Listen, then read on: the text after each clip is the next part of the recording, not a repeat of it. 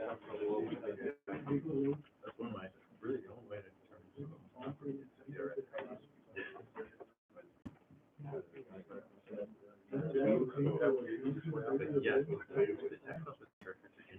Yeah, because if somebody's paying taxes, there's a reason. Right. More than late 90s,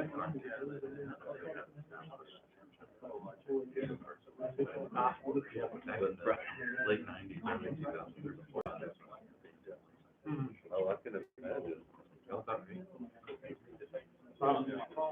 Yeah, because you know it's going to happen. Yeah. For each. Good morning, everybody. Thank you all for being here today. We're going to get started in just half a minute, probably less than half a minute, actually. I'll try to fill the void, maybe another 20 seconds of mild banter. Hope everyone's doing well today. We're going to move quickly. So the time is 9:03. I'm going to call this special called meeting, the B County Commissioners Court, to order. Today is Monday, June 28th, 2021 at 9 a.m. We are physically located at B County Courthouse, Commissioners Courtroom, number 110, 105 West Corpus Christi Street, Beeville, Texas, 78102. That was our call to order. Y'all would all please stand. We'll move on to agenda item number 2, and we'll engage a short prayer. Dear Lord, please guide us as we deliberate on matters of county business this morning. Please take care of our constituents. I want to pray for rain. Please give us the right amount of rain, not too much rain, and for all other good that you can do for us today. Amen. If you join me in the Pledge of Allegiance. I pledge allegiance to the flag of the United States of America and to the republic for which it stands, one nation, under God, indivisible, with liberty and justice for all. And now the Texas pledge. Honor the Texas flag. I pledge allegiance to thee, Texas, one state, under God, one and indivisible. Thank you all. Please be seated. I looked around the room just a moment ago. I recognized some visitors. If there's any visitor that would like to identify themselves for the court this morning, you're more than welcome to do so at this time. We'll engage in public comment in just a few minutes, but if you're here, thank you for being here this morning, and hopefully it will be insightful, educational, entertaining, at the very least. It's an appropriate amount of time for somebody to stand up and say they want to tell us who they are, so I'll move on to agenda item number 5, Commissioners Court opening remarks. I unfortunately was not here at our last regularly called session. Are we going back over? My turn? I guess so. Yeah. Absolutely. Well, it's been very, fairly quiet. I had a long talk with an individual here in town who's going to help me with the drainage situations that I have in certain areas. Also met with some people out at Silver Creek again, moving forward on that one. Other than that, it's just been on the phone. Going to meet with TxDOT for little issues over there on 202 and out in Tynan. Again, some of the flooding issues. So still meeting on that kind of thing. So other than that, been very, very quiet, to say the least. Commissioner. Thank you, Commissioner. Had some calls about the new lights going up by the college on Highway 181 business and Charcoal Road. If everybody will bear with them, the technicians are getting them set up to get them set straight. If you look up on the pole, there's a white box looks like about 8 inches by 8 inches. It's going to be a new sensor instead of having the camera on the middle of the rod. So they should work very good, very well. They'll sense the vehicle and they'll set the turn up like it should be. Right now, they're not working, in my opinion, the way they should be, but they're working on it. And I know they worked on all those in town. They're upgrading. If you would, government is doing an upgrade, so bear with them. We're here today. We're going to be talking about through truck signs in Normanna a little later. I hope we have some folks here for the public hearing. Something that I would caution everybody on 799 and 673 going toward Pawnee or coming from Pawnee toward Mineral. DPS is working those areas very heavily. There are 40 or 50 workers on the solar project between Pawnee and Mineral. These folks, my daddy always told me, if you're getting to work late, get up earlier and leave earlier. they're stopping cars going 80 and 90 miles an hour on those two highways.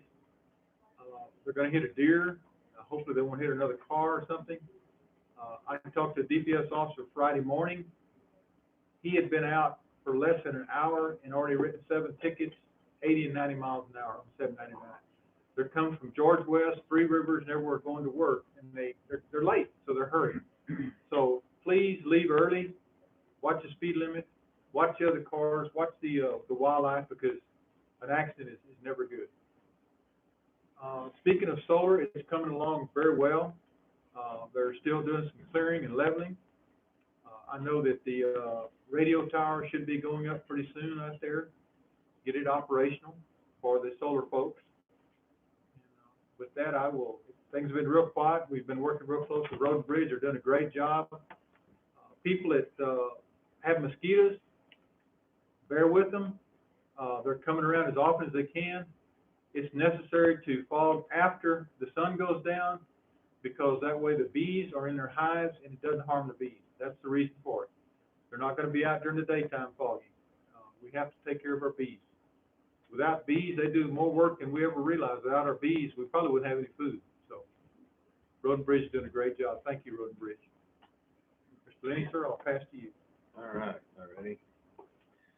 First of all, thank Ray. I got with him on some brush hanging over the side of the road there on County Road 314, 324. It was just getting out to where vehicles going by would scraping the vehicles. Ray, I hadn't got with you yet on this, but I had a call Friday. There's some pretty good potholes on Beeville. Man, I called. I told him I'd talk with you about that. This past Saturday, went to the junior deputy graduation at the college. That was pretty interesting. Never done that before. Cleaned up Yost and Jackson, and on South Tyler and Oak Drive, it was a traffic safety hazard there. So I got that corner all cleaned up. I had a call about the sign at Stanford and Madison. When you're coming up, there's a little sign that lets you know to go this way. Well, that sign is actually where a stop sign would be, and people coming down Madison heading north, they have the stop sign and they see that sign, but they can't see that it's a stop sign or not a stop. They think it's a stop sign. There's a traffic confusion right there. I need to try to talk to someone about, see if we can't move that sign further as a warning that there's a curve up here.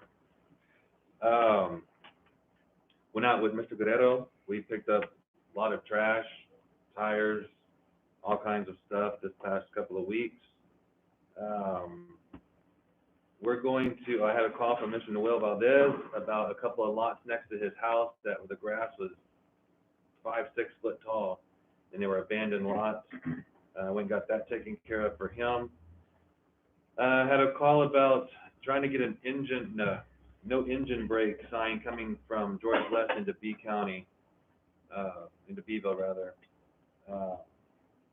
People there living on the side of the road right there, they were complaining that these trucks are loud and whatnot. What else?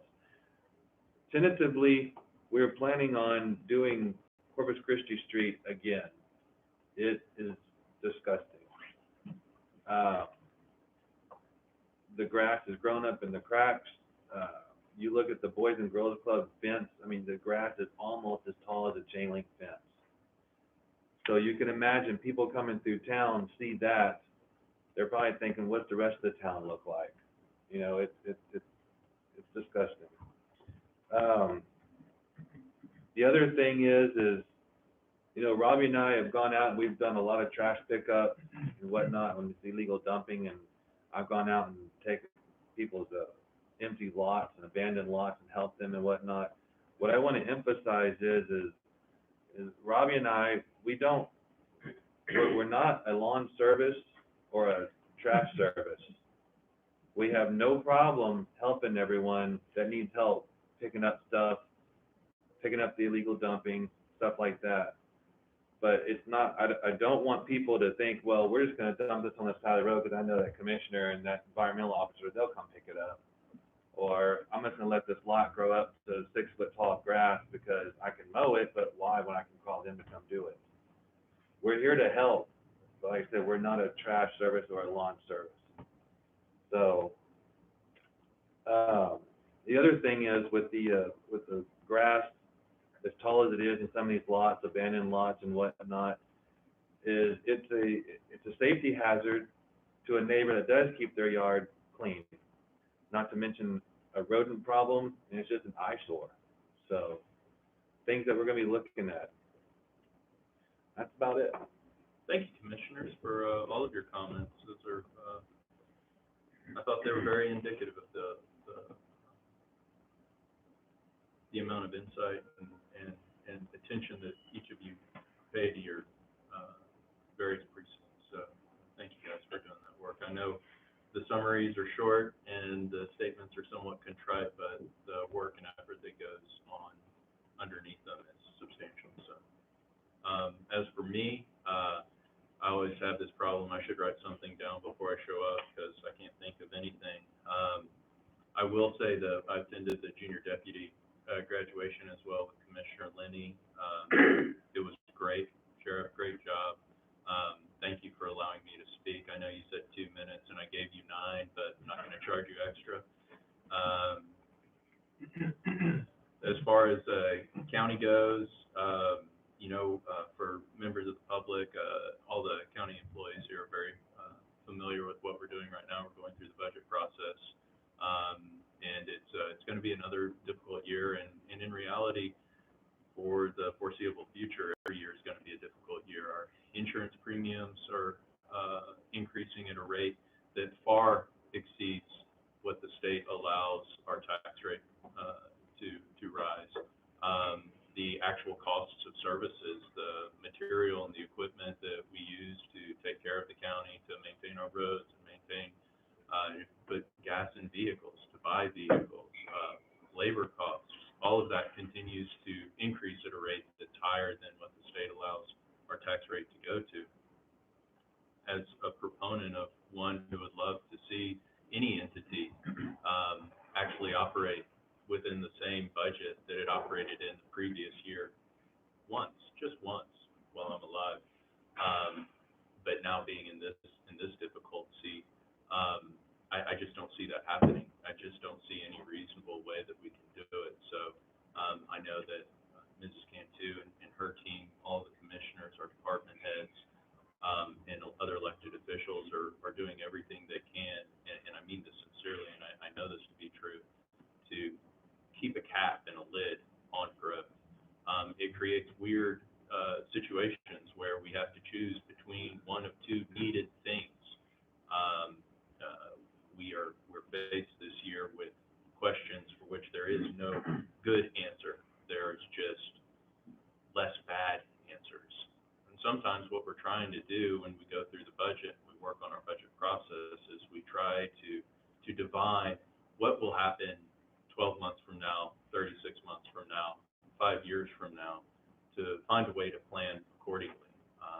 And it's very challenging. So that's basically what most of your county government is working on right now when they're not doing their regular day-to-day activities, which is also a full-time job. So I'd like to thank everybody in the county that's been participating for your efforts so far, and please do know that, speak on behalf of the commissioners, that we hear you and we understand what your needs are, we understand what the requests are, and we appreciate your effort and your diligence during this process. That's about all I've got. I'd move on to public comment. Do we have any individuals who would like to address the court this morning? Well, shoot. All right. Moving on, agenda item number 7. The following items are of an administrative nature. Commissioners Court has been furnished documentation on each item, and all such items may be acted upon by one vote without being discussed separately unless requested by a commissioner or county judge. Move to approve. Second. I have a motion to approve and a second. Do I have any further discussions? Mrs. Cantu, anything to highlight for us? Well, I have the financials attached. I don't know if you want to go through them or at least go through page 5 and just kind of take a quick peek at the revenue portion Absolutely. Walk us through it, please. of our May. So a little snapshot. It looks like we're doing pretty good when I'm comparing to last year. which at this time last year, we were, we were pretty much on lockdown. It's not really a huge decrease, which I'm glad to see. We're on track to, for our receivables and our payables. So if there's any additional questions. I had two things that stood out to me since you brought it up. Yes, sir. Our sales tax seems to be in good shape. Yes, sir. Our motels seem like they've really been used. Yes, sir. And all of it comes back to all these folks we had coming in as a hub for COVID vaccinations.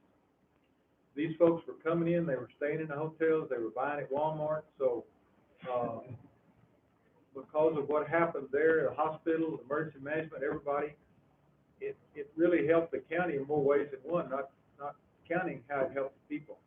Yes. So that's, when we were talking at the last Commissioners Court meeting about the revenue coming in from the tax at the motel, it surprised all of us. And thinking back on why, it's because all these folks were coming from Canada, Florida, Mexico, Austin, Houston, everywhere else, coming to Beeville to get their COVID shot, and they were spending the night and spending money.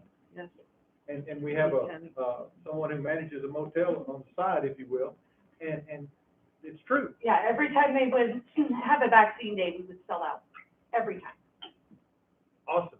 So, And the we side can see- benefits of being able to provide that service to the public, thanks again to everybody involved, the first responders, the hospital, the SO, the Sheriff's Department, Police Department, they all did a fantastic job, the fire department.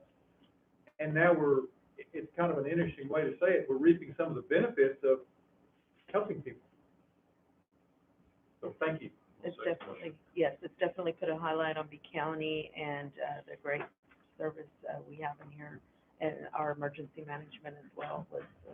Because, correct me if I'm wrong, didn't we administer 40 or 50,000 shots? Yes. Much more than that. 60,000, 60 to 70,000 shots. And our population is a little over 30,000, so glad we could help a lot of folks. So would this be the time we ask for some hot tax? Nope. No, Okay. no, no. Well, we welcome your request. Is there any further discussion? Hearing none, all those in favor, please indicate by saying aye. Aye. All opposed, motion passes without exception. Thank you, gentlemen.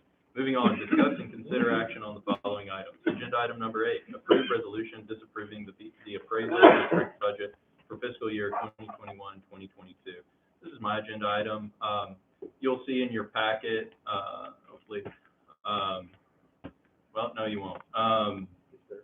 Is it there? Yes, sir. Okay, good.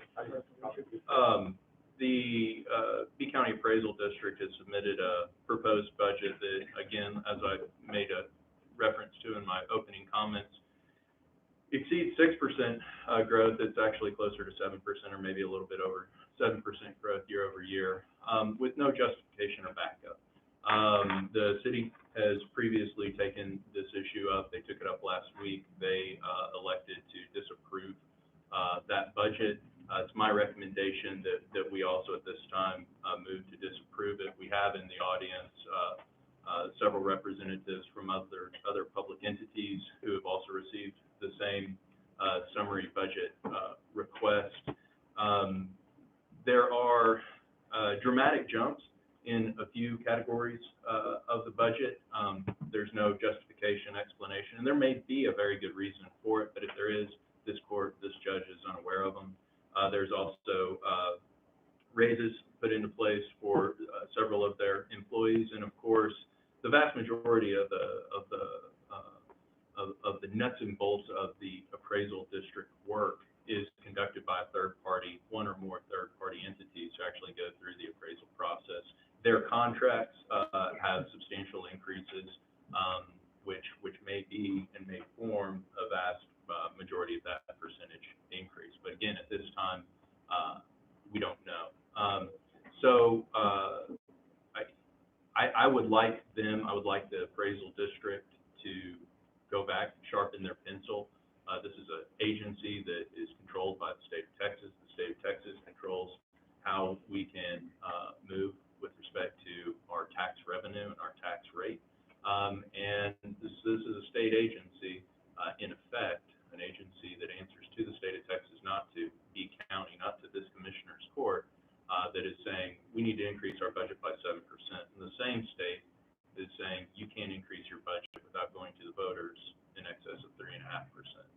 I think that's a fundamental issue, and I think it's a statewide issue that we're going to continue to grapple with as this new rollback or no effective, or whatever the new term is for it, tax rate continues to bite and sting local governments in ways in which I don't think the state of Texas really appreciated or acknowledged.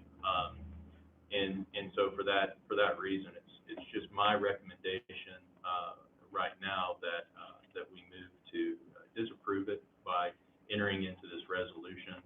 I believe with the city and with the county disapproving it, that other taxing entities in the county will also see that there is value to asking for something more meaningful than just an increase number from one year to the next on a single piece of paper when you're dealing with budgets. This is a process that this county starts in April. When do we start our budget process? May. In May. We start in May and we finish in September. This is a substantial process. It's a substantial amount of man hours, time, and effort that goes into our budget. And I know the same is true for the Independent School District. I know the same is true for CBC, the city of Beeville. We all belabor over this. And to have a dramatic increase in percentage on a single piece of paper with no justification, no backup, no explanation, that exceeds what we're allowed to go up by law, to me is something that I think we ought to address. And the statutory mechanism for addressing it is to simply disapprove it. If a majority of taxing entities in the county disapprove of the proposed budget, then the appraisal district has to go back and correct it. And we have 14? How many taxing entities do we have in the county? 11. No, 3 school districts. we have 4 emergency service districts. We have 4 school districts. We have 3 separate jurisdictions. That's 12. Yeah. So it's, anyway, we have, there's still a lot to go, but that will be part of the process moving forward. Just from a timing standpoint, we have till the 15th of this month to do it. So that's why I put it on the agenda a little bit beforehand, because I know we, at our previous budget meeting, which was a public meeting, we discussed it, and one of the things that one of the commissioners suggested is, let's see if we can try to find consensus before we take this action, because we've tried this before and we weren't able to reach that threshold number. So the only reason that I didn't do it that way is just for a lack of time, not for lack of effort or desire. Judge, one thing that we might also let the public know, their budget is several $100,000 that is paid collectively by the taxing authority.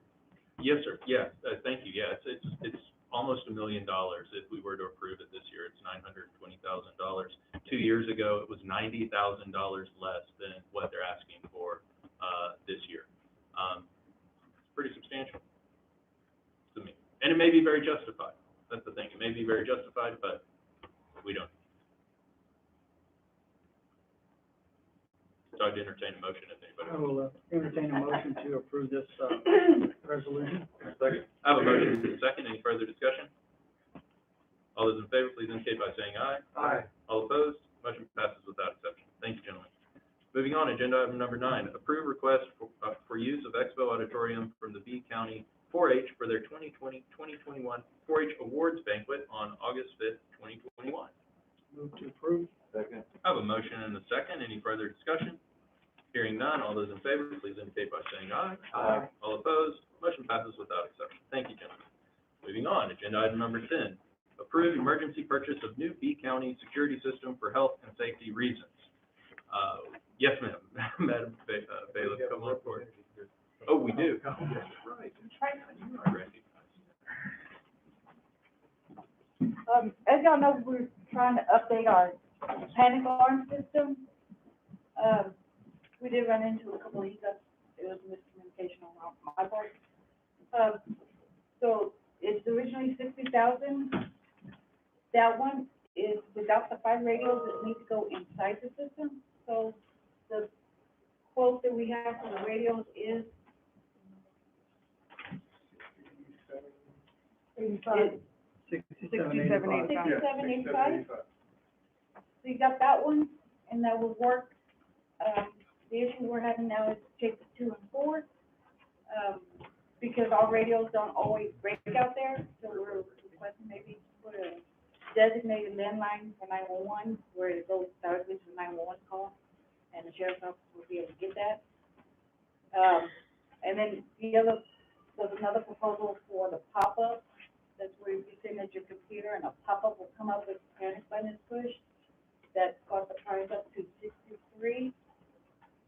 Yeah, the pop-up feature is, an additional $42.50 added to that bottom line.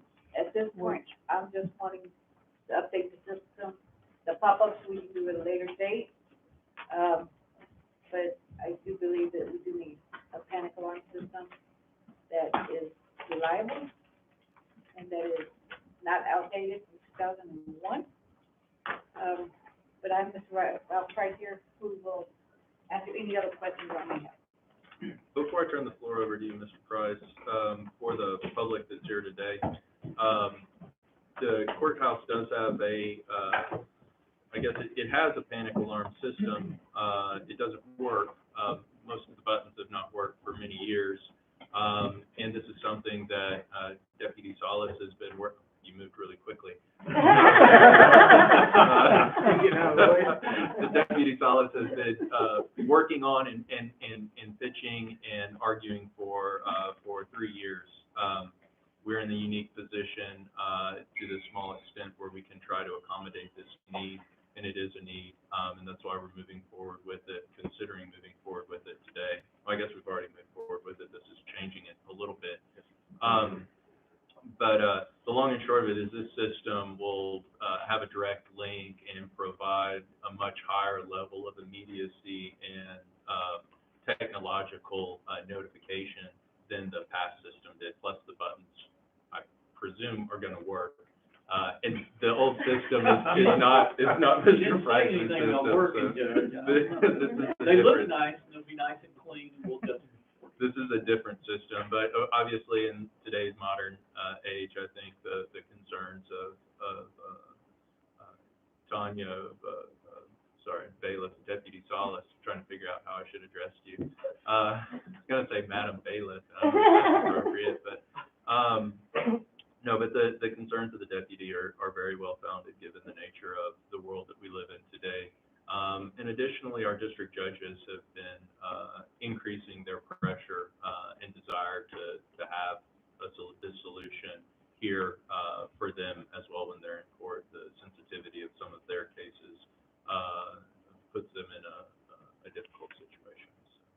I know one thing that we were real concerned about is the 2 outlying justice of the peace offices, one in Skidmore and one in Pettus.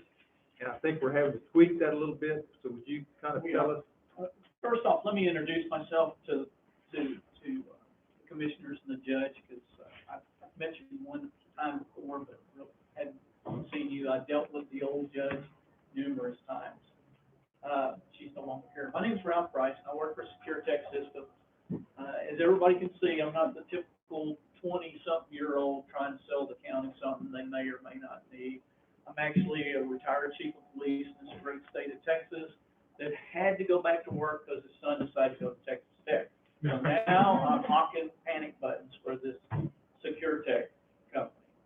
I've been working for them for a little over 5 years. I've been working with the deputy. I've actually been working with this county even longer than that. I think it was Deputy Lazenby. He wanted the system, and that's been even a couple of years before Deputy Salas came on board. So let me jump in and at least answer your question.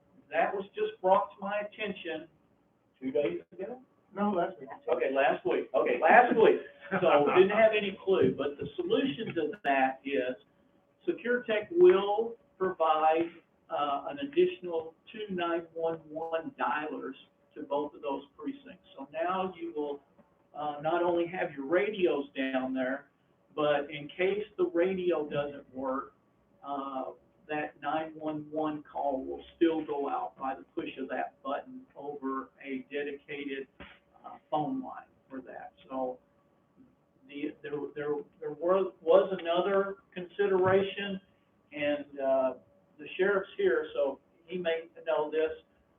Another suggestion that I had is when we deal with outlying JPs, and we do counties all over this great state of Texas, and this is not just an isolated problem for this county, this has come up. The other thing is a regular radio, like the kind that goes in the sheriff's cars, because those are 50 to 60 watt radios. That could be another solution, but again, if a squad car gets down there and they can't get out, then again, you're still going to have this 911 that would go out right to your dispatch. So hopefully both of those will take care of the JPs. Either it's going to go out over the radio and it's going to go to 911. So we're going to take care of that problem. I believe I talked to, I can't think of your name, sir. Paul, about, the way that this would be just going over a phone line down there. So, but that's, again, nothing that Secure Tech hasn't heard in the past, but it can definitely be taken care of. We want to make sure that our customer gets taken care of down, especially in these rural areas, because they're the ones, if something were to go on, they're going to need help, and they're going to need help as quick as they can get it. If you would, I think one reason we're asking that question, we want to be sure that all that is included when we approve a final amount. That way we don't have to go back to the tree for another apple. And I think I mentioned this right at the onslaught, we're going to provide the 911 dollars to the county. So it's not going to be, that's not going to be an additional cost. The other thing that the reason that there were two of them, there was some miscommunication. I don't know on whose part. I don't throw anybody on the bus. I'll say it's my fault. They're wanting these audible pop-ups on the computer. What that audible pop-up will do for you, if you're sitting in your office, you will get a pop-up that will tell you that a button was pushed in the location. So your county employees will all see this. If you're on your computer on the county network, you will see this on your computer. That was not included in the original proposal. That's an added-on feature that's not included. The email and the texting feature is included and was included in the previous proposal. So now we've added the audible pop-ups to take care of another way of getting that information. Again, we're called the WAVE system for a reason. We want to make sure that everybody in the county knows that there's a problem, and we do it in a lot of different ways. We do it over the radio for law enforcement. You got the email features, you got the texting feature, and now you will have the audible pop-ups that will go over all the county computers also. So if something's going on, everybody in this county is going to know. And that's actually a good thing. Information is good, especially when you're having a situation, whether it be an active shooter or just somebody mad because they got to pay their taxes. Because what you don't want is somebody from the county coming in that's not knowing what's going on, and now they've just added to the problem, or there's more people that are out trying to figure out what's going on. Now you will know. And as commissioners, you're going to get that email and text that will let you know that there's something going on here. So if y'all have a commissioner's court or you're supposed to come in to go to work that day, you know to stay away until the problem's been taken care of, so you don't walk into that problem. You've been our customer for years, over 20 years. The old system that you have in place, it was very antiquated and it needed to be updated a few years ago. But it was a one-trick pony. It only went over the radio. So when it did work, law enforcement knew that there was a problem, but no one else in the county knew. So if someone hit the button in the office next door, you didn't know that there's a problem. So now you walk in and you become part of the problem. Well, the new technology that's come out with the new WAVE system puts all of that in bed. I know that, Madam Auditor, there'll be a slight savings that we won't be paying for that old system anymore, even though we're paying for a new system. We don't pay for the. We don't, there's no There's no charge. annual cost. The only thing that we have that the county will continue, I I'm hope. talking about the old system we had. There is no. There was no cost on that? No. Okay. It's basically one and done, Commissioners. Once you pay this, it's self-monitored, and it's taken care of. The only additional cost to our system is the warranty. Each box, you get a 2-year warranty that's in that proposal. In 2 years, we'll email you and say, do you want another 2-year warranty? It's about $950 for the warranty, and at that time, if you want us to come and change all the batteries, you get that also on that proposal, how much it is for us to change the batteries, or the county can change the batteries. That's totally up to y'all. So, this came to the new, quote from Secure Tech for the Wave Plus system, including the pop-up, alarm modules, is $63,750. That's what I Yes, see. sir, that's including that pop-up, yes, sir. And then in order for the system to operate, it requires additional radios, and there's a quote from Golden Crescent Communication Service that's separate from Secure Tech, is that right? Yes. And that total is $6,785. Yes, sir. So for the system to work, the total outlay would be $70,535. Is the court wanting to go with the pop-up feature? Yeah, well, I'm presuming that we are, I don't know. if y'all Okay, want to well, discuss I know Deputy Fellows said that, we don't necessarily have to go that route. I mean, we're already having the email and text feature that is included. What So do you that's guys something to be Judge, discussed. in my opinion, the text to me is number one, because a lot of us aren't near a computer. And then the email is another one that's gonna hit. And that already Pop-up comes would with just be it. gravy, and I'm not personally, I'm not sure we need that. Okay. Deputy, what do you think? The pop-up would be good if we're gonna teach our employees how to shelter in place when the alarm goes off. That's really the only benefit I see of having a pop-up. How much is a pop-up fee? $42.50. Yeah, can I address y'all again? Sure. Okay, here, again, these additional things, once we get this system in, let's say next year, the courtroom safety and security has money, this is something that y'all can add to the system to make it more better. Now, there's lots of things that make this system more better. Some of the other things that, later on, that can be added to the system are, the strobes that go out in the hallways. We also have outdoor notification centers that go over the doors of the courthouse to let people know if someone pushed the button to keep the public, because your doors are open. So at this time, if you don't want to go with the additions, that's fine, but this is later on, since you have the system, we can add these things as needed. Does the June 24th quote only, the only difference between it and the two quotes, is the only difference between the two quotes are both dated June 24th? Yeah, the only difference is the audible pop-up. Pop-up alarm module? Yeah. So if we go without the pop-up module quote, that drops the price to $60,350, which is less than, right? That's I only mean, $3,000. 4250 is what you said. Huh? 40, how much was the add-on for pop-up? $42.50, 4250, so that would be $59. 66,285.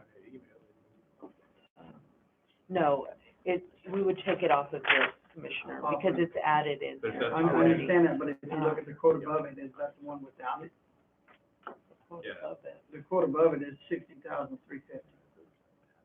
Yeah, I didn't print that one out.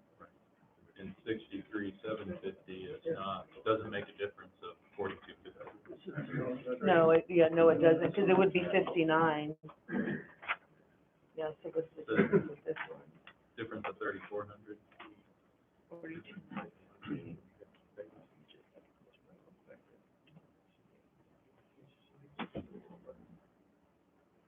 Well, I mean, because if we're just taking out the 49.50, it wouldn't be.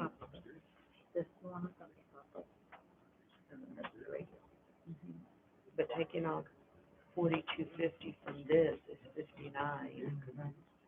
Well, the 40, see what I'm saying? It's not this, so I was just comparing and everything else is the same. You see, yeah, right? So I'm not sure. Well, I'm sorry, was there just some kind of mathematical error? I'm not sure. I'm just saying that this price and this, that's not a 4250, but this is 4250. You see what I'm saying? Because if we took off 4250 from here, would it be 59? Wait, the pop-up alarm? The pop-up alarms are what, $8.50 each, so there's 1, 2, 3, 4, 5 of them. And that's 4250. Okay, so if you added that to this, it's different? Yes, sir. Well, again, I'm dyslexic, so without a calculator and just adding Right, these and up then I to didn't see, add, we know I that, just added the 850 times yeah, 5. so I think we know that this, Yeah, something's wrong because adding 4250 to this is not 63.7, it should be 59 something, 59.5, I think, 59.5, yes. sir. okay, if you add all of this, it's 50? No, I have not added all of it, Okay. but, I mean, do y'all use Excel? Well, I know. Okay, I got a calculator. Okay. Let's see, I got a calculator. We'll get this fired up. That's it, I can't add. Can I look at the one? Of course, Oh, let me see. Yeah, that one is. On the, Let's do this together. Yes, go ahead, yes, sir. All right.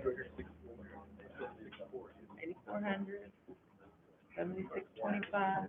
Slow down, I'm old and decrepit here. Okay. So, 76.25. 76, that's already wrong. see, all right. She's not giving it to me. Oh, yeah. That's what's terrible about being dyslexic. 76.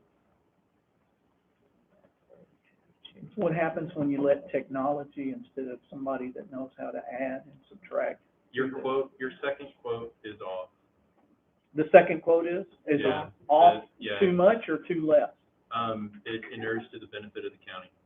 We like that. Then we'll be fine with that. And again, I'm sitting here, I'll make the executive decision. If you want the audible pop-ups, we'll go with whatever the quote is on that. But if we don't, we will stick to the original one, that's, the 60,350.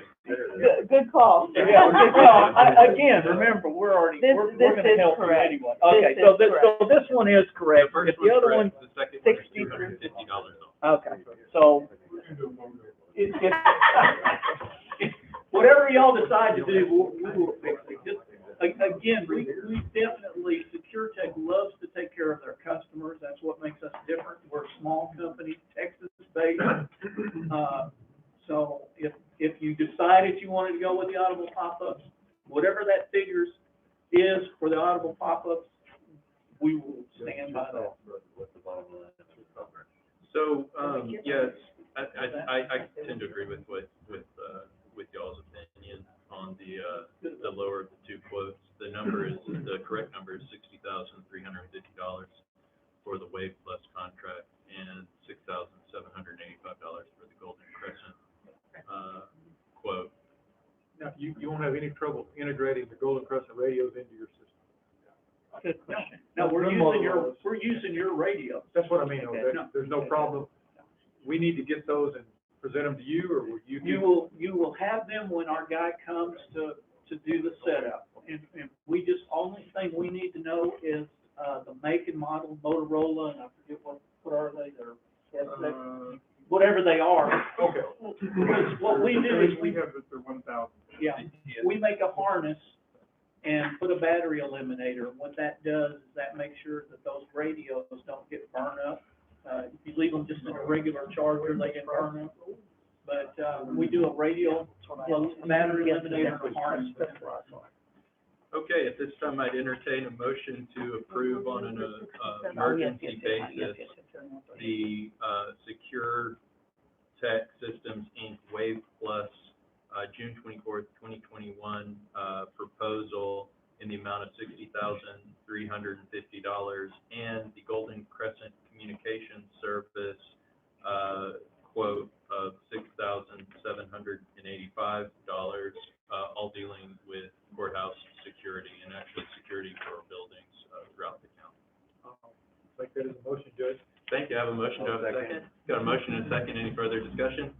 Hearing none, all those in favor, please indicate by saying aye. Aye. All opposed, motion passes without exception. Thank you, Deputy Salas, who has now left the building. And Mr. Price, thank you for Thank your, y'all for having me. Thank you. We got it. 14 minutes. Okay, okay, yeah, I can move on to, thank you for reminding me of that. Oh, she came back, by now she'd be across the street as opposed to. That's a new one, I'll By the put time doing we that. adjourn, she'll be more minutes. Right.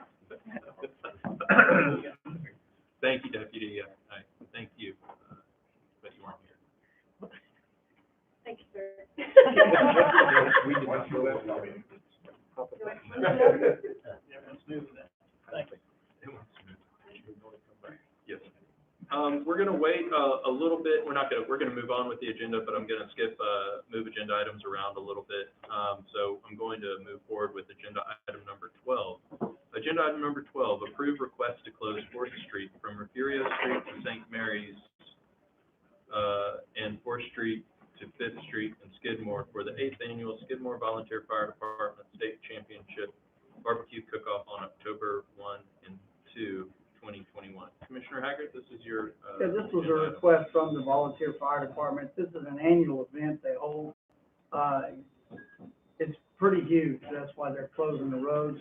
Of course, most of y'all from Skidmore know there's always an outlay out there from the old rail lines. But it gets really, really crowded. I highly recommend that people go there, visit. There's some great barbecue there, trust me. So I will make a motion to accept this, request for road closure. Second. I have a motion and a second. Any further discussion? Hearing none, all those in favor, please indicate by saying aye. Aye. All opposed? Motion passes without exception. Thank you, gentlemen. Thank you. Moving on to agenda item number 13, request for approval of straight time pay in lieu of comp time for road and bridge emergency call out for 2 employees assigned to operating water pump due to flooding at Towee Circle in B County. Commissioner Haggard, this is your item as well, sir. You have the Yes, floor. again, in talking to Mr. Gonzalez, he has a limited amount of people in a crew, and I'm not picking on the sheriff either because he does also. But, Mr. Gonzalez has an even smaller crew, and, so I was talking to our auditor's office, and, if we were to allow them for the comp time, then that would, sometime when he needs those guys, he won't have it shorthanded. And right now, I think you're in the middle of cutting grass, cutting brush, cleaning ditches. Hey, you're doing everything right now, so this is a one-time, request from my precinct to pay the 2 employees just straight time, due to the fact it was also after hours, too. They were in the middle of the night and after hours pumping water. And it would be two of the individuals, Abel Garcia and Jonathan, don't quote me on the last one yet, I'm sure I'll butcher his name. Gutierrez? Yes, Gutierrez, yes, Mr. Gutierrez. And I think the total is, Abel has, if I'm looking at my sticky notes here, Abel has 14 and a half. Yeah, 14.5 hours for Mr. Garcia. And then, we go down here, I believe Mr. Gutierrez has, 7 hours of time. And I've gotten with, HR to work those figures out and give them to. So I would, respectfully request I'll make a motion to pay these gentlemen straight time in lieu of, comp time. Second. I have a motion and a second. Any further discussion? Yes, if you would, question number 1, does this put them over 40 hours, and that would be time and a half instead of just regular time, Commissioner? That would have to be Mr. Gonzalez's. We would have to see their time sheets to see if they were off during that week. If they weren't, it would put them over 40 hours. We need to keep that in mind. We're saying we're gonna pay them straight time, but if it's overtime, we need this is just in lieu to pay them instead of just giving them the comp time, Understand, but- which is why I'm going through the HR, because they're looking at the time sheet. And then there's another thing that we need to remember, that this is the first time, to my knowledge, we've ever done this, and this is the precedent. That's why I made the statement, it's a one-time event. But it isn't, but it Well, I is, understand. once you do it, it's done. Yeah. And it's never one time after it's done the first time, because somebody says, well, you did it for them, why won't you do it I for us? understand. We do it for the sheriff's department also, if I remember correctly. I don't think so. I don't think so. But, that's just comments that I'm making, that once we open this door, it's open. I understand. Well, I'd still like for my motion to stand. Any other Vote it up discussion? to the commissioners' court. I think it's a difficult situation, and it's It is. one that we, you know, that, And I totally agree with your thought Yeah. process, I really do. I do too. I will call into question how we're going to, and maybe that's something that we do need to look at in more earnest too, is our comp time policy and how in practice it actually impacts our employees in ways that we don't really, or we haven't really acknowledged. In an with emergency respect to- situation. I think it's like emergency call out. Yeah. Once we do this, then, in my opinion, if I were called out for emergency, well, they paid these guys, I like to get paid now too, and I'm over 40 hours, so it's time and a half, but I want my money instead of comp time, and I totally appreciate that. I understand your concerns. Is there any other discussion?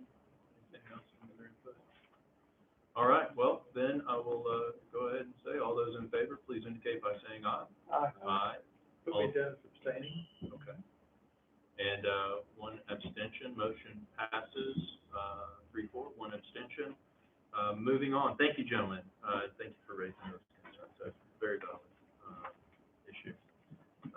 We've got 6 minutes left until 10, so we're gonna move on to agenda item number 14, approve law enforcement support office, LESO, application for participation, authorized screeners letter for the sheriff's office. We have, Deputy Franco here. How are you? Lieutenant Derek Frank with the Sheriff's Office, how are you guys? Wonderful. That was a nice correction. This is just our annual application to allow us to participate in this program, where the state gives us firearms, outfits our deputies with firearms, and all it needs is the judge's signature. Second. Got a motion in multiple seconds to arm our sheriff's office. All those in favor, please indicate by saying aye. Aye. All opposed, motion passes. Put their rocks up. Motion passes without exception. Thank you, gentlemen. Thank you, Lieutenant Franco. We still got time, so agenda item number 15, approve Texas Association of Counties Health. We're gonna, no, I'm not, I'm gonna back off of Yeah, that that one's gonna be a little, one. I'll make copies of that one too. Tell you what, we've got 5 minutes. Well, I don't really want to recess for just 5 minutes. I'll recess for 5 minutes if I can get a commitment that we'll all be back here before the end of 5 minutes. Okay, then we'll be in brief recess until 9:59. Is that right? Yeah, 9:59. Okay, court stands in recess. I'm telling you. Feel free to get up and move about the cabin. The cabin. To your left. We could have done 16, we could have done 16. That might have been- No, I don't see that. I We just, could have done I 16. saw 16 and 17, I said, no. Yeah, you saw 15 and 17. I didn't Yeah, see 'cause 15 those until I two- started reading it, and I was like, no. Oh, no, back I down off remember that that. one. That's gonna be a little bit.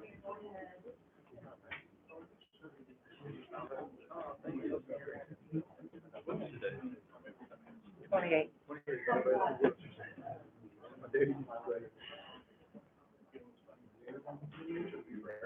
Now we're going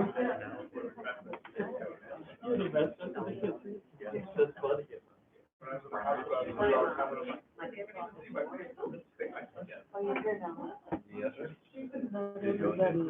You're homeless.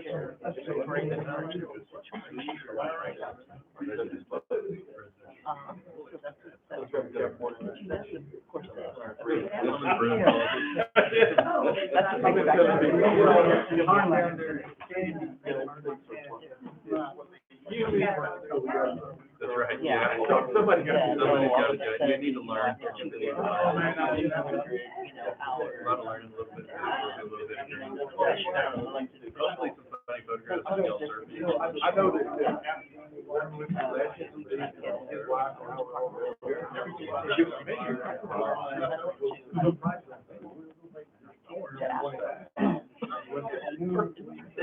What's the sheriff's office, but, you know, we know needs in there. Yeah.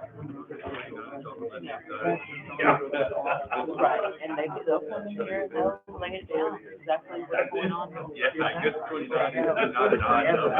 I'll take 144. Yeah, it's a great news. It's like, oh, wow, yeah. I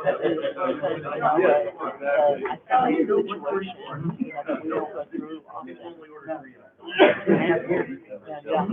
Yeah, really. And I don't even know if we've ever gone to this link. You know you're going to be This done. link, especially get, you know, renting those pumps and borrowing. If you remember right, Would it, we rented the pump from a local company. and I don't. Oh, that's why. Remember I asked you, we had 1,800 left somewhere? Well, the company put everything down We did too. and turned around when it's all set. Okay, well, that's why it wasn't on my radar. The next time it happens, we'll do it again. Big effort. Now we know why. We can tell you why.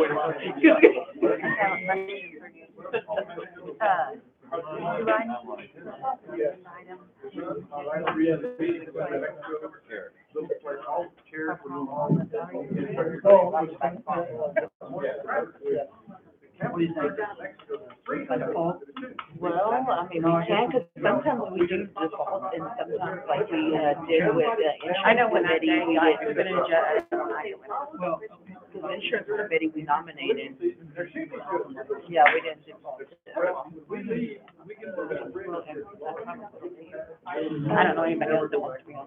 Well, my concern is that now there's, and for him to get away to come to our committee, I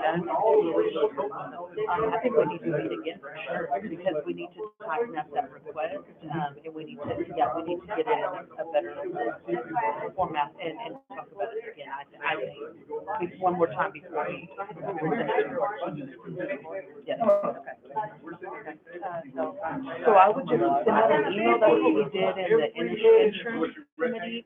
We just sent out an email and said, does anybody have any recommendations for replacement? Okay, that's how we did it, and then we just kind of got feedback, and we then just the committee, and see if anybody has any suggestions. All right. Yes, it's time. Oh. Okay, the time is 10 o'clock. Gonna call this Commissioners Court meeting back to order. Thank you, Ms. Edmondson, for blinding me with your strobe light. I'm very, very relieved that I'm not subject to seizures. Yeah, just felt like I was watching a video game playing. Okay, moving on. Agenda item number 11, public hearing pursuant to Texas Transportation Code, Chapter 253, entitled County Improvement of Subdivision Roads, Vernon's 2003, to consider placement of 2 no-through truck signs on Charco Road from Highway 181 to the intersection of Charco Road and Weisach Lane in B County, Texas, and allocation of costs thereof. So, agenda item subpart A is public hearing to consider placement of 2 no-through truck signs on Charco Road from Highway 181 to the intersection of Charco Road and Weisach Lane. I'll open up a public hearing. Do I need a motion to open public or just to close? Just to close. So I'm going to open up the public hearing to consider the placement of 2 no-through truck signs on Charco Road from Highway 181 to the intersection of Charco Road and Weisach Lane. Do we have any individuals that would like to speak today in support or against this proposed project?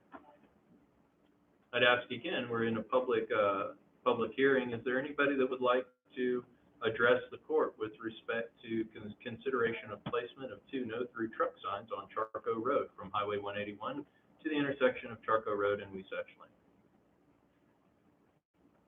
Hearing none, I'd entertain a motion to close public hearing. Judge, make a motion, we close the public hearing on the Charco Road no through truck signs. Second. I have a motion and a second. Any further discussion? Hearing none, all those in favor, please indicate by saying aye. Aye. All opposed, motion passes without exception. Subpart B, action on allocation of funds and costs thereof. Judge, I'll make a motion that the county, allocate the funds and cost thereof and install said signs. I have a motion. Do I have a second? I have a motion and a second. Do we know what the costs are gonna be? Minimum. I don't know it offhand, but we do have the funds. Okay, excellent. Any further discussion? The only thing I'd like to, get in the records is at the current time, the Texas Department of Highway and Public Transportation is doing a study on that area to ensure that these signs are put in properly, safe, and, that they meet state regulations. Excellent. So we'll then Because one of complete them, our construction after they're done with their, well, I think we'll take appropriate action. wonderful. Okay, if there's no further discussion, all those in favor, please indicate by saying aye. Aye. All opposed? Motion passes without exception. Thank you, gentlemen. Moving on to agenda item number 15. Approve Texas Association of Counties TAC Health and Employee Benefits Full Renewal Plan for fiscal year 2021-2022. Mr. Castillo, you have the floor, sir. Castillo, HR Director. So, y'all have in front of y'all the new rates for our upcoming insurance for the new year. And of course, there's options as to routes we can go. You can see that the rates did actually go up, and I know it was kind of mentioned the cost for that, but also there's options, and it's just a matter of the court kind of deciding which way they'd like to go. The insurance committee was opting for one of those options as one of the Ben plans, which would probably be no cost to the employee if we go down that route. But of course, that puts us more into a PPO style insurance rather than the current one that we're in, which allows us to go out of network. And if we do go out of network with the insurance we're in now, the insurance does pay a portion, but of course the employee may have to pay the doctors whatever's left of that coverage. Going into one of those Ben plans that you see on there, there's actually, if they go out of network, if it's not an emergency, then the employee has to pay 100% of anything out of network. And out of network basically would be out of Texas. eProsperous Shield is nationwide. We're nationwide right now with them, so if we're in network all over the nation, So- everything in there. But this Ben plan you're talking about, that negates that, or that? No, sir, it's still the same coverage, it's just, we have to continue to stay in network. It's like, if we're in Virginia, we have to stay in network doctors in Virginia, you know what I mean? Well, I know that, and correct me if I'm wrong, looking at the documents that were prepared, one thing that we have a large amount of claims by employees. And that's one reason our premiums are spiking like they are. When I look and no, I mean, that's what the insurance is for, is to help the employees and their families. That's one reason they're spiking, is that when I look at the list, and we don't know who they are, but some of the claims are pretty high. And when you look at the total contribution, the medical paid and the pharmacy paid, it's $1.7 million in one place. And that's a lot of money. But my whole contention is we need to keep doing what we're doing to help the employee. A lot of people are working for B County because they do need the insurance. And historically, the courts in the past, and I feel very strongly about this, whatever we did, we didn't want to go up on the employee having to pay their own insurance or part of it. In other words, what you've given us, I think, is the county still paying 100% of the employee's insurance premium. Is that correct? Yes, sir, if we go with that highlighted Ben option, That option one, where the employee only cost is $724.17, but the county is paying that cost, yes, sir. and that is the insurance committee's recommendation? That, we decided on the two, either to, go, because there was the other, option where, like you said, it would be a cost to the employee. The majority of the committee, opted to go with that, as giving y'all one of the options of the two. And we're saying that it would be a cost to the employee because, the renewal rate on the same option would be, $205,000 added to our budget for the increase. And then, of course, there's option one and option two that digresses our benefits. So option one would be $157,000 added to our budget, and then that option two would be about $76,000. And those are not the PPO plans. Those are staying status quo and the addition that it would be. But these thin plans, the PPO options are, less. Well, I guess I'm a little confused. What exactly is the number one recommendation from the insurance committee? The one that's highlighted, the one that. The option Mr. one, that's uh-huh. what The the bin, insurance committee felt was the best option for the county and the employee. that's what, how the vote was, yes. And to do that, the county needs to come up with an additional $157,000 in premiums. No, it would be a savings. The PPO plan would be a savings to the county, It would be a savings. yes, because it would narrow our network a little bit. And you would have to get a PPO referrals to specialists, and you would not have any out-of-network options. Okay, And I believe there were a few questions that the court had. I noticed on that one also, correct me if I'm wrong, the actual cost to the employee and family and spouse note goes down. Everything goes down, and it would save, about $58,000. So that one would benefit the employee and benefit the county dollar-wise. It's just your difference is you have to go to your primary to get a. It would You have to go to your primary doctor. it would have some inconveniences to the employee, and some employees more than others. It would be inconvenience, would depend on how you use your insurance. And really, if I can jump in real quick, we had you look at other options, increasing the deductible, trying to find a way to craft a similar program that we have this year for next year, but none of those options actually reduce the additional. The recommendation from the committee, it's the only option that actually doesn't increase costs. It does not increase costs to the county. So it's not that it's the cheapest option, it's the only option that is at or not above what our current outlay is. Is that right? That is Because we right. did, like, we wanted to see, is there a way we can adjust the deductibles to maybe make the bite less troublesome? And it looks like the answer is no, not really. This is just sort of the world that we're in. And I think it's a great point that you made that, our total contributions over the last decade are 1.77 million. Our total reimbursements are 1.72 or something. I mean, it's, Yeah. So, we've been taking full advantage Absolutely. of our insurance plan. Yes, for sure. But we did, you made another good point, Mrs. Cantu. There were some questions that we posed last week during the budget hearing. I mean, do you have any Yes, other sir. thoughts on Those those? are all in regards to being outside of the network, regardless of where you might be. In emergency situations, true emergencies will be covered under that. They made that very clear. They also made it very clear, outside of that, the employee pays full cost outside of the network, no matter what the situation. The main thing is, you used to have us with the state, we would ask, are you in network or not, or we'd have a list. And you go in, this one is, this one isn't, you go to the one that is. Right, and I mean, for the most part, one of the documents in there is a disruption report. And if you look at that disruption report, you can actually see that they made a comparison for us to see what the disruption would be in regards to moving from Blue Choice to Blue Essentials. And what they did is all the doctors and, laboratories and everything that the employee used for the past year. They took all those, and you can see which ones, 91.4% of them were actually in network.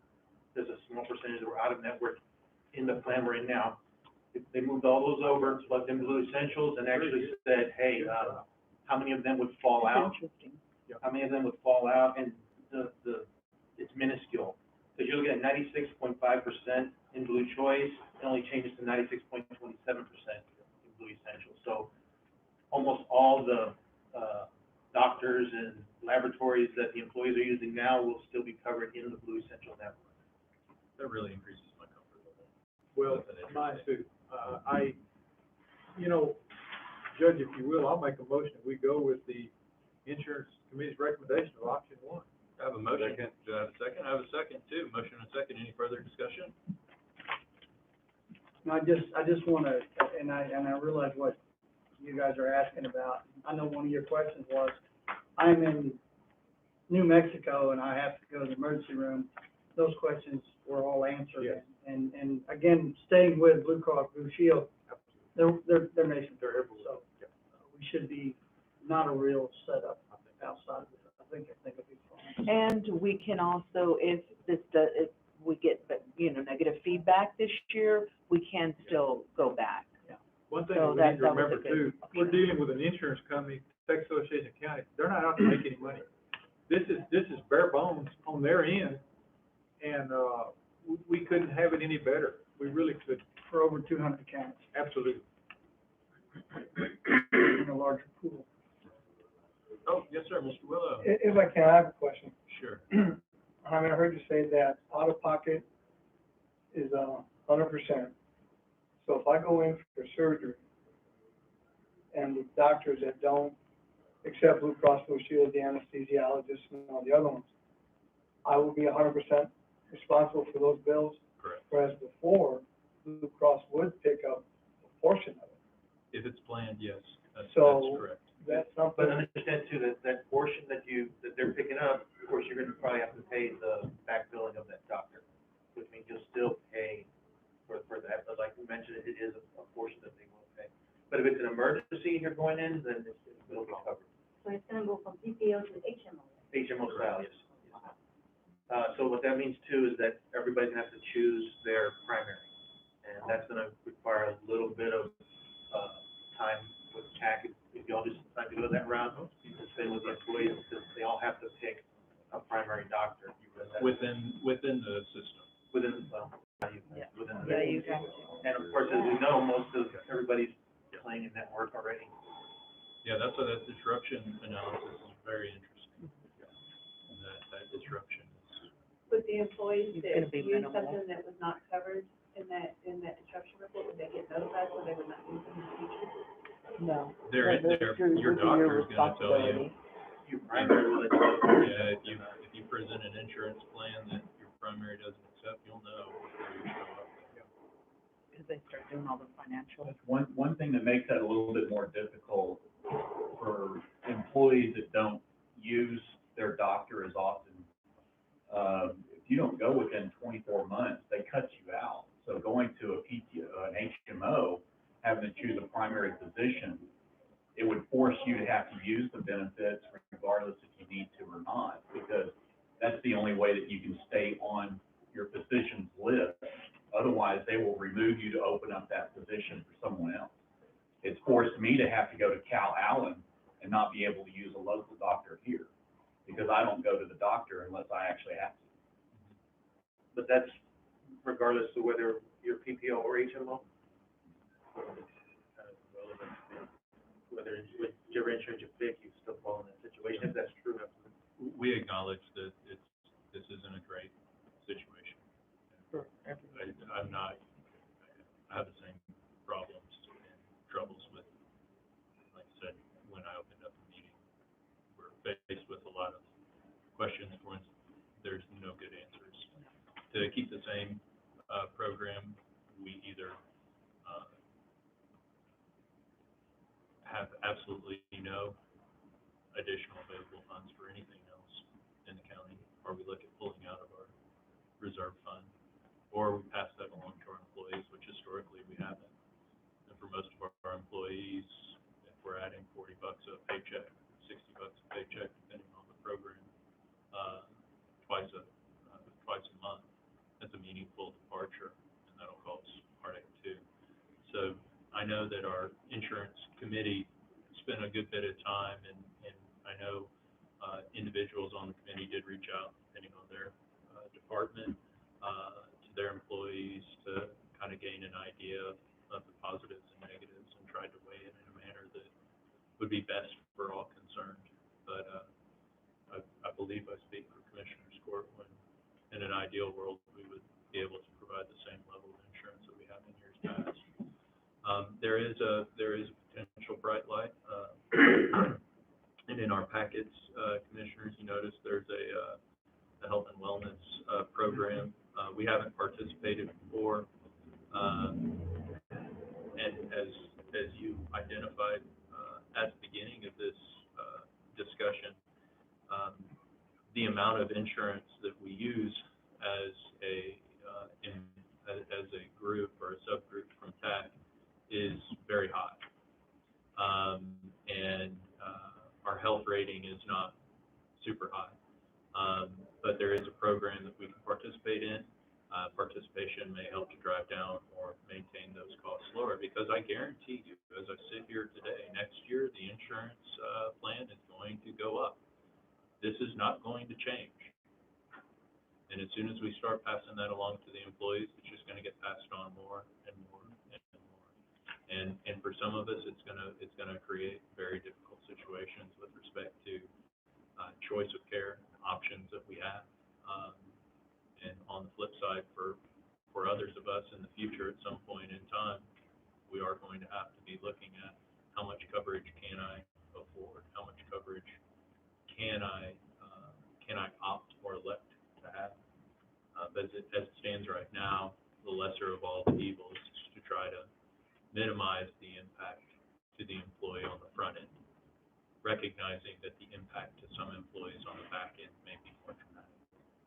Judge, if you will, this is something that I looked at with the county paying the employees' insurance. That's, let's say, $725. Okay, then you get down to employee plus family, $1,904. Okay, the county's gonna pick up $725, so there's $1,200 roughly that an employee's gonna have to pay for their family insurance. Most county employees, their twice monthly paychecks won't cover that. One paycheck will not cover that. So anything we do to help them, I think is good. This one reduces that by $59. It doesn't seem like that's much, but dadgummit, that's milk and bread and potatoes and stuff, and it makes a difference. And I, working for the state of Texas, we went through a lot of different iterations on insurance. And we went through the iteration where you had to have a primary physician. And it seemed inconvenient at first, but once you establish it, it's pretty routine. Anytime there's a change, if you will, it's hard. And this is going to be a little bit of a change, but I think in the end, the employee's going to see a benefit in their paycheck.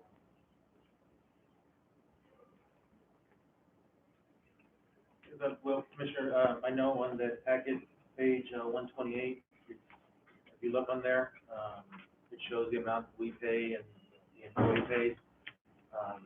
Just so you know, the employee's portion for family, spouse, and children is kept the same. Okay, I'm looking on 133, and it shows 1963 for current plan year and 1904 for option one. Yeah, that's this number, that's the amount we pay. Right. The amount the employer pays for employee plus family is $600. That's what we pay right now. Right, And, that's what I'm saying. going down, this road, it was gonna be the same, that way the employee didn't have an increase. So just wanted to make that clear in case there's thoughts that those may be going down. It's on there right now that they stay at that. Yes, no, It's a everything savings to is gonna be county, the but same. otherwise it's- There's gonna be a little bit of savings, and, that's what I would, that's what I had proposed to the court for us to reap in that fund, going forward. This is a 1-year rate increase of 10.7%, by the way. Yes, and if you look, the national average was between 7.3 and 8.1.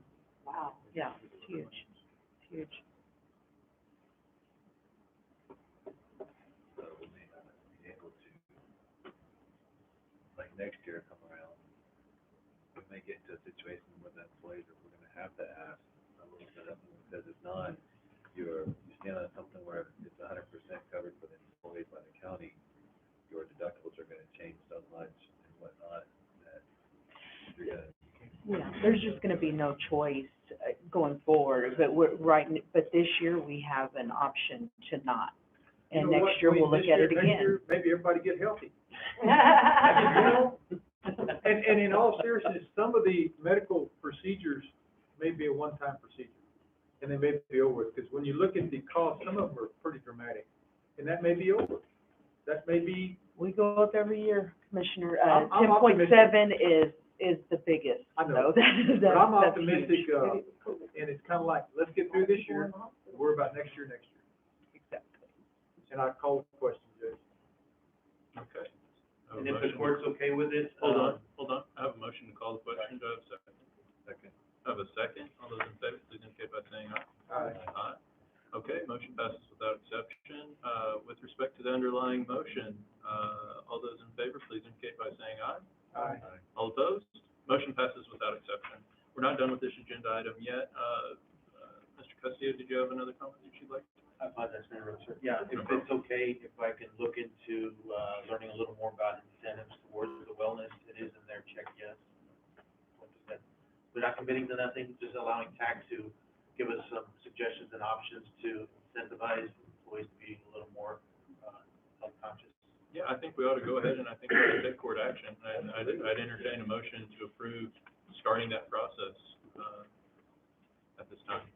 I'll make that motion. Thank you. I have a motion. Do I have a second? I have a motion, multiple seconds. All those in favor, please indicate by saying aye. Aye. All opposed? Motion passes without exception. Thank you, gentlemen. Thank you, Mr. Castillo, and thank you, everybody in the audience that provided insight. Any questions? Okay, deep breath. Moving on. Agenda item number 16, approved COVID-19 receptionist extension to September 30th, 2021. Mr. Willow, this is your agenda item. Talk to us, sir.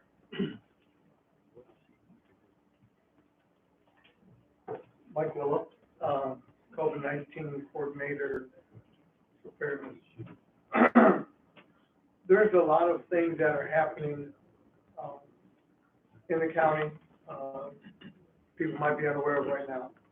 We're in the process of diminishing numbers in testing to where that the community might lose their free testing site. Therefore, we won't be able to dictate, or not dictate, but to get good numbers on to how many new COVID cases we would have. The hospital is, first time ever, might have to destroy some of the vaccine due to expiration dates on the vaccine. All this coming about is going to cause people needing to find out where they go, who they contact, and what they're gonna do. So we're not saying that mission is accomplished, but we're gonna change our mission from now pointing them to our areas, but finding the resources in the county for the community, and thereby having the receptionist being a resource should they call. And we'd like to extend that to the end of the year. We talked to the Madam Auditor, and she is, she said we had the funding for it. So Where's the funding coming out of? Where it's been and CARES. CARES Act? We can, I believe, I haven't really gotten a chance to talk to Grace, but I believe we can move this to our, but that's, I'm not sure, but, I mean, there is funding, and it's the one position. transportation initiatives and communication initiatives? Is it? It still has some COVID preparedness and What's the cost to move it to the end, to extend this to the end of September 30? we're, what, 4 months? When is she currently through, or he's currently through, to the end of June? June 30th? Yes. Probably be about $4,500. If we don't use the money for that, can we use it for something else? I'm sure you Of course, could. yes, of course, it would just go back into the general. And I guess the next question, about how many calls are we getting a day now? We're getting anywhere from 15 to 20 calls. Still calling? And we're not in the office often, we're out and about. So that puts her actually there monitoring the calls. You came by Friday, we were out and about, there was no one managing the phones until we got to the afternoon. So, you know,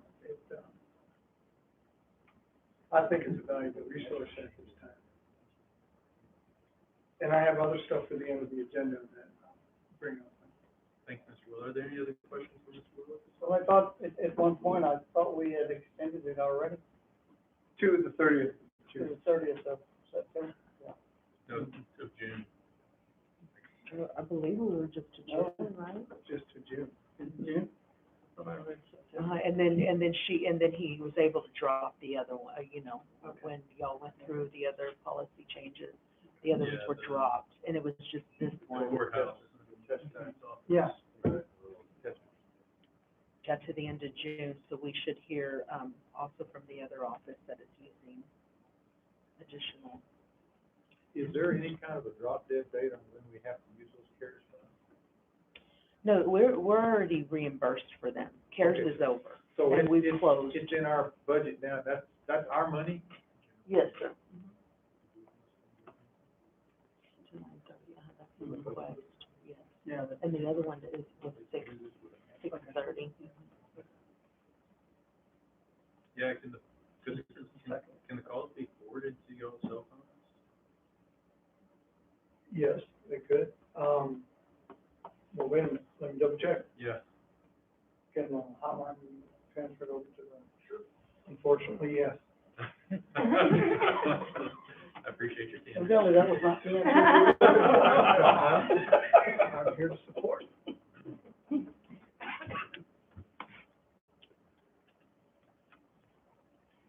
I guess I'm just looking at this as money that is in our budget, and we're tight on our budget right now. Is this a real need?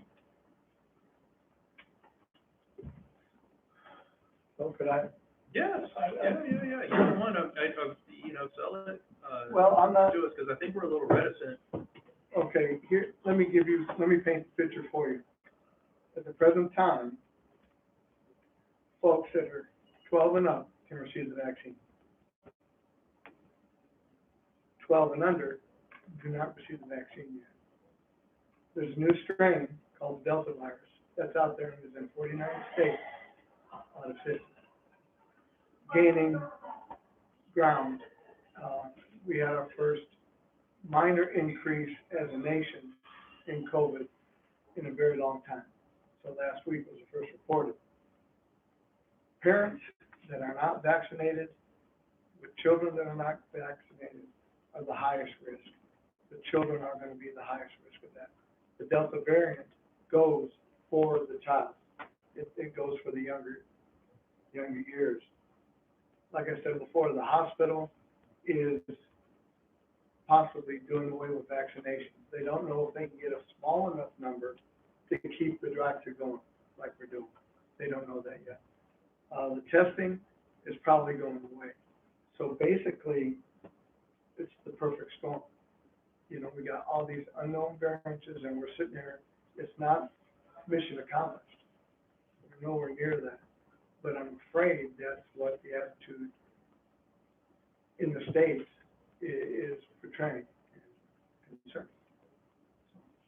Having said that, that's why I don't think we should let our guard down here and provide the folks of Beeville, B County, with the knowledge of where they can go. It might not be a free shot, it might not be, but at least we could give them, a test, excuse me. but, you know, we might, you know, at least give them the information where they can go. Right, and I guess what we're weighing is, y'all can do that if we can forward the funds directly to you. Is it necessary to continue to have a decrease in call volume? Is it calls, the existing calls that are coming in, are they calls that you guys can handle?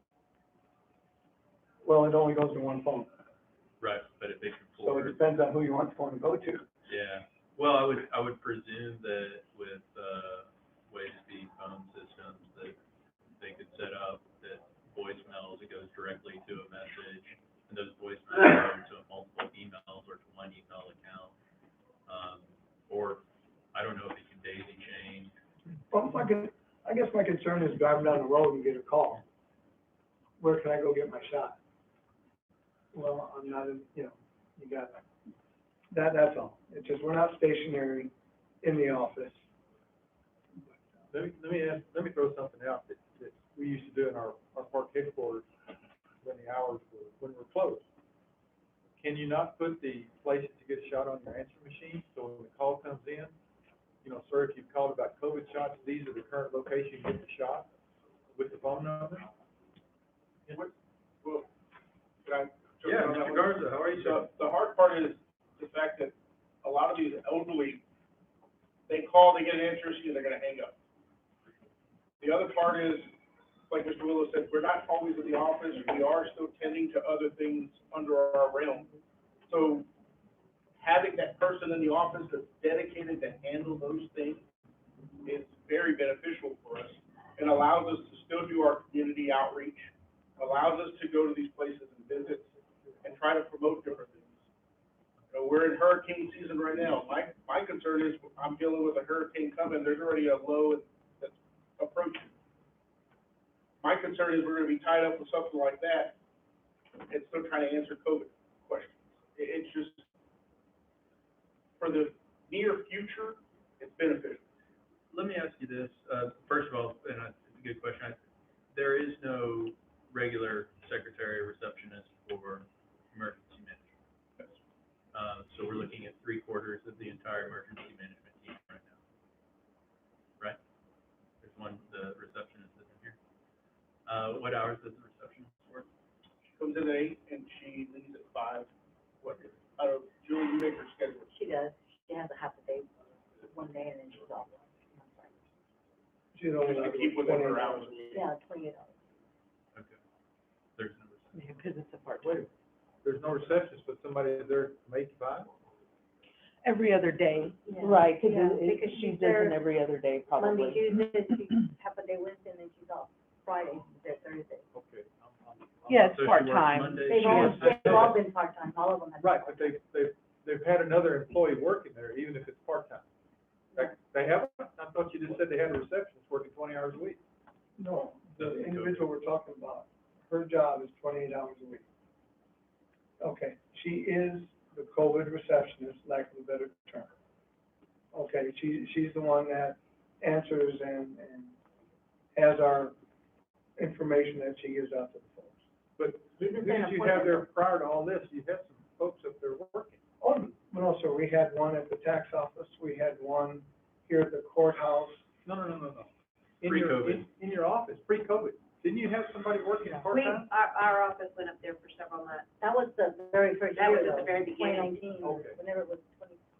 When we shut down, when the county shut down, Andrea and I were up there at first, well, in the first group, and then after that, he had other volunteers. Before COVID. Yeah. Before COVID. There's never been a receptionist in there or a I secretary. think I know where you're going, sir. Is that There was the, from workforce? who do you have? Oh, yeah, Workforce had it. Workforce. And that was after Hurricane Harvey. They pushed through a program for people, and that was a one, and it was extended to 2 years. That's where I was coming from, that I remember a lady in that office on a regular basis. That's been so long ago, too, I forgot about her. Yeah, that was Hurricane Harvey initiative, Okay. that they pushed through some people through the county.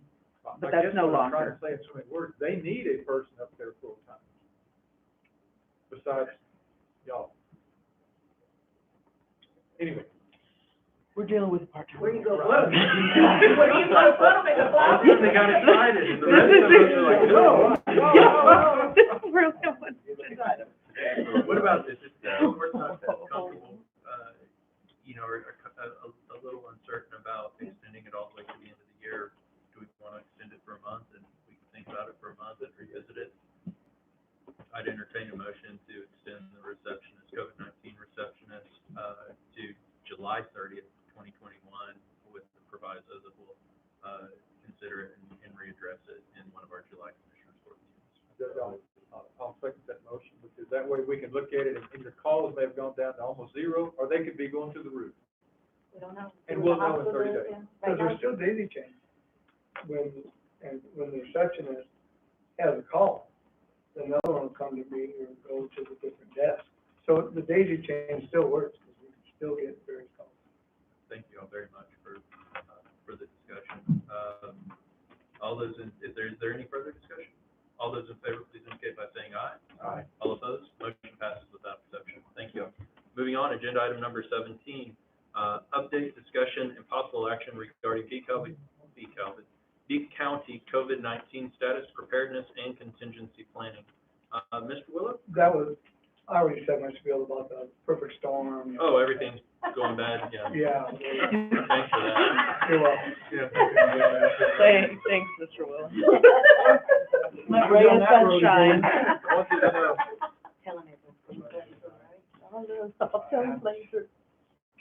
Okay, well, if there's nothing further on this agenda item, we'll take no action and move on.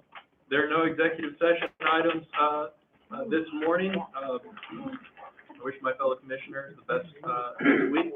Moving on to agenda item number 18, I'd entertain a motion to adjourn. Motion to adjourn? You got a motion? Not second. I have a motion and a second. All those, any further discussion?